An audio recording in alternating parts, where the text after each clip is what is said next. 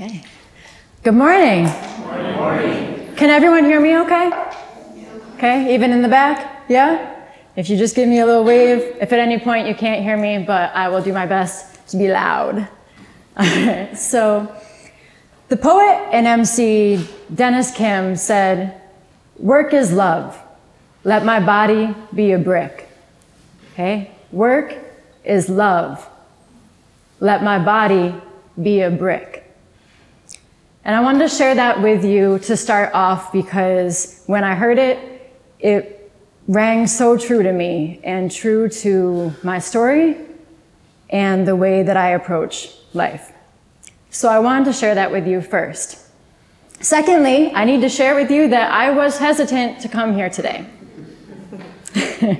Wasn't sure if I really wanted to get up here and share this story. And the reason for that is because I felt a little irony in being asked to speak on honesty. Because at different times in my life, I am a person who has not been honest with myself at all. And when you're not honest with yourself, if any of you have had this experience, it is more difficult to be honest with others.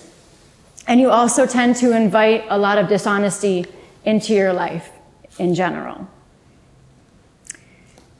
So again, felt a little hesitant about coming, but think that there is something valuable there to share. And I did bring my little crib sheet. You might see me reference this. So I think that it is easy, right? It's easy to be honest with ourselves about what we perceive as our good qualities. It's a little tougher to be honest with ourselves about the things that we don't like about ourselves, right? So let's all take a moment to focus on the positive. You should have found a little piece of paper on your seat. If we can all take that and do me a favor, write down, what do you think is one of your best qualities? What is something that you're really proud of about yourself? You feel really good about yourself. All right. I'm going to pass around this hat. There are some pens in there, so if you can drop your answer in there. Yep, drop your paper in there once you filled it out. What is one of your best qualities? Okay? And while you're doing that, I'll share a little bit more about my story. One of my best qualities, I feel, is being persistent. Okay? Having the resolve to be in the face of whatever obstacles or challenges and still keep going in pursuit of my goals or what I want to achieve. So I've always been a hard worker ever since I was like a little kid. I used to get really excited to go to work with my dad, right? I would go upstairs, I would put on my little Sunday suit, my little ruffly socks and all that, get my briefcase. I think I even had a briefcase. I was like 8. Or if not, definitely a clipboard. Now, in my defense, my dad worked for Friendly's Ice Cream, so going to work with him involved eating a lot of ice cream throughout the day. So just in my defense as an 8-year-old child. But basically, I've been adulting since I was a child. It's something I'm really good at, okay? I did well in school. I really liked it. I was super into getting A's. So I graduated at the top of my high school class. I graduated from St. John Fisher College with a 3.97 GPA overall. Again, really super into the A's. And also my whole life, I grew up dancing. So from the time I was 3 years old, I was training in all different styles, more traditional styles of dance, so ballet, tap, jazz, modern, contemporary, point. And dance was always a point of refuge for me. It was the thing that made me feel most like myself, felt most at home doing, and that when I was dancing, everything else that might have been bothering me in my life really just melted away.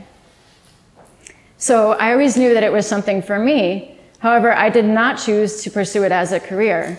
And that may have been because, to be honest, my technique was never really that good.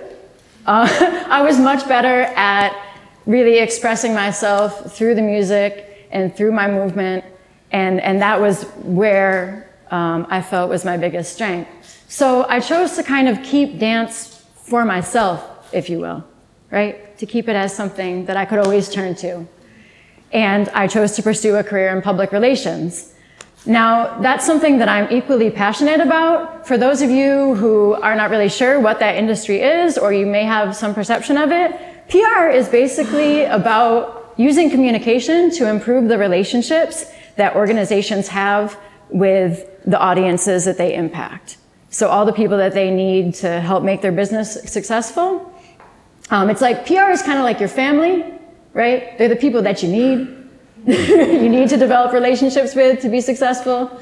And marketing is kind of like your friends. So that's the difference. You kind of get to choose, right? So I pursued my career in public relations. And after college, there were a few years where I hadn't danced at all. And I was really feeling like something was missing from my life. And until I saw a picture of a girl that I knew doing a freeze. Okay, so that's anytime you stop your motion. I'm not going to perform today, but I'll give you an example. All right? Those are some freezes. So I saw a picture of someone I knew doing this, and I messaged her to say, okay, where'd you learn how to do that? Like, that's so cool. Can you teach me?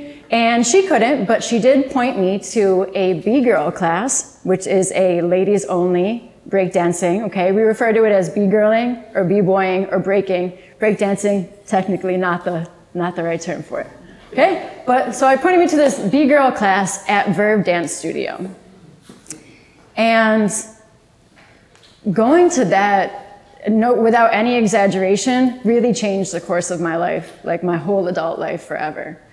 I rediscovered, my first love. So it was kind of like coming back home to that. And the thing about pursuing a career in dance was that I didn't realize that as an adult I could just dance, right? I thought that there needed to be like a recital and like costumes and all that stuff because that's what I grew up with. I didn't realize that there was this whole other arena that I could just be in that was not focused on all having the same form, but instead focused on originality, focused on learning a foundation of movement, taking that and developing your own style, which is really what all the dances that fall under the hip hop umbrella, like breaking, popping, all of that, is based on. It's learning the foundation and developing and expressing yourself from there, your own unique style. So I really fell in love with that. The first time I did it, I did a six-step. I smiled for days. You guys want to know what a six-step is? Should I do that? Yeah. All right. So six-step, basic breaking footwork, right? This is what sets it apart from every other dance. That's as much dancing as I'm going to do this morning because it's still early. All right? Please, if you want to hire us, please don't ask us to dance at 8:30 in the morning. I'm just begging you, right? It's just not ideal for time for breakdancing. We'll do it, but it's really not ideal. So the first time I did that, I fell in love, and I also found this incredible community. So throughout that was 10 years ago. I've been breaking for a little over 10 years now. And throughout that last 10 years, I spent that time developing my skills. I, at one point, traveled to a lot of different battles in a lot of different cities until I really found what I think is my true calling in the dance, which is being in the community, teaching and performing. And I feel very fortunate to be a part of Verve Dance Studio and be able to help foster a space for especially young people to have a safe space to express themselves and share with other people. Are we good? All right. There's a lot of things in this hat. I'm really not going to even call them all of them, but we'll save that for later. Thank you. So I feel very fortunate to be a part of that and to offer people a space where they can have that honest expression.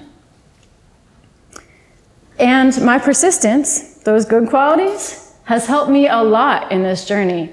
So sometimes moves and breaking can take a really long time to learn. It took me a full year to learn windmills. I am not going to do a windmill right now. Okay, carpet, also not ideal. But it took me a full year to learn one move. And I'm talking practicing every day until I was like crazy sore and too tired to keep going. And then even from there, keep working to get it consistent and be able to do it in a performance or in a battle. So having the persistence to fail and fail and fail and fail and fail and continue to adjust until you finally get something helped me a lot. Also in public relations, I earned my accreditation in public relations in April of 2017. My process was a little bit longer because it's a somewhat involved process, right? There's several steps. The second step of which is presenting to a panel of people who are already accredited. Really thought I had that in the bag, thought I had it down. Did it? Did not pass, okay? Did not have it. So I needed to use that resolve that I had in me and go back and figure out, okay, what do I need to do differently, and come back and try it again. So that persistence has been very valuable. I mentioned at times that I have not been honest with myself. During those times when I was not, that same quality of persistence was actually very damaging. Because I'm able to work kind of relentlessly in pursuit of goals, that can have a side that's not as good when you're pursuing something that's maybe not for you, right? And so there was a time when I was doing that. Around 2007, I had personally, on that side, entered into a marriage where I was not being honest with myself or my partner about my desire to be in that relationship, and I didn't handle it very well. And as a result of that, I really didn't like who I was for a long time. I didn't feel good about myself. So what I did, instead of dealing with those things that I was feeling internally, was to throw myself into every external source of validation that I could. So I was looking for something to tell me that I was okay, right? That I was enough. And I kept myself so busy that I was able to stay in denial about the things that I was facing internally. So pretty much what happened is I hit a quarter-life crisis really tough, okay? For a few years in there, and it went on for a while. And when you're not being honest with yourself, it's maybe surprisingly easy to find other people who will co-sign your bullshit, right? Like, you would think that people would be like, you gotta stop doing that, all right? That's bullshit. But they don't. You know, either they don't know you well enough, you're putting up a really good facade, or, you know, they just don't feel it's their place, they don't have the self-awareness, or they're just trying to be nice, right? But there's a difference between being nice and being kind. And I was fortunate enough to have some truly kind people in my life who called me out, you know, called me out on my stuff, were brutally honest with me. But they cared enough about me to also be there to hold my hand while I looked in the mirror at some real ugly shit that I did not want to look at, that I had been running from for a long time. So I was fortunate enough to have those individuals in my life.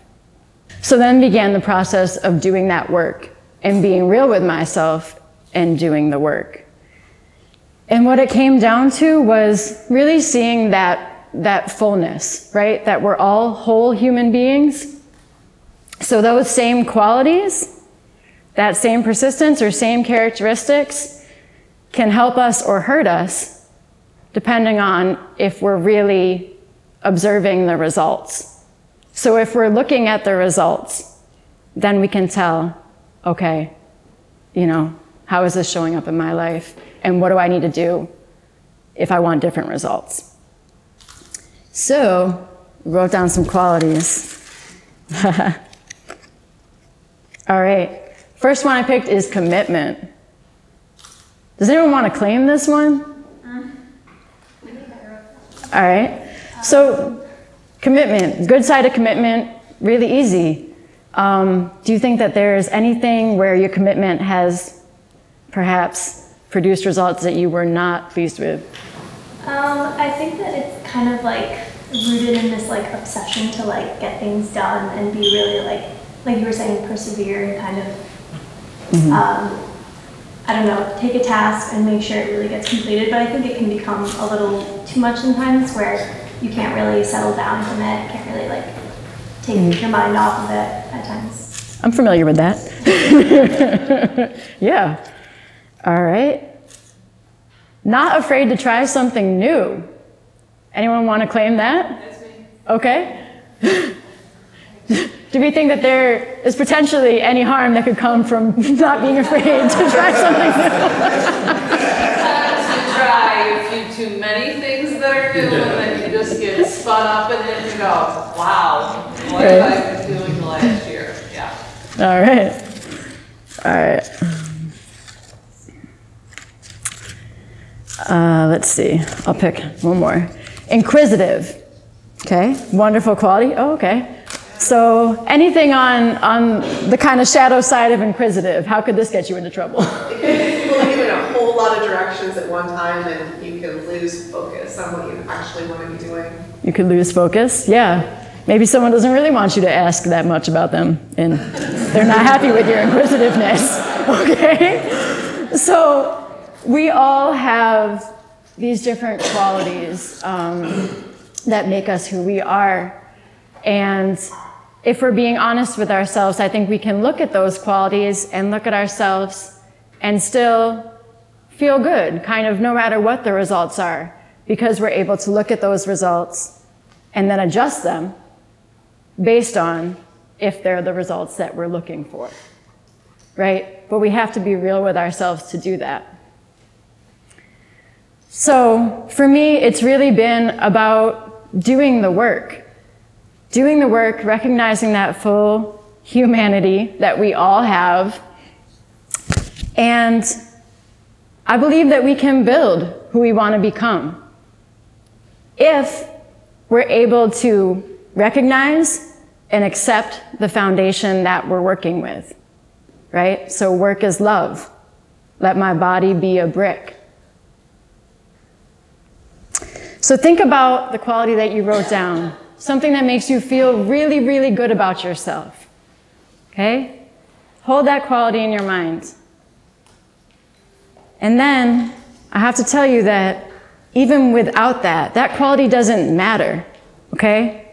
You could not have that, not have any of the qualities that you think are of value, that make you a good person, and you will still be inherently valuable. Okay? You always have been enough, and you always will be enough. And that's the truth.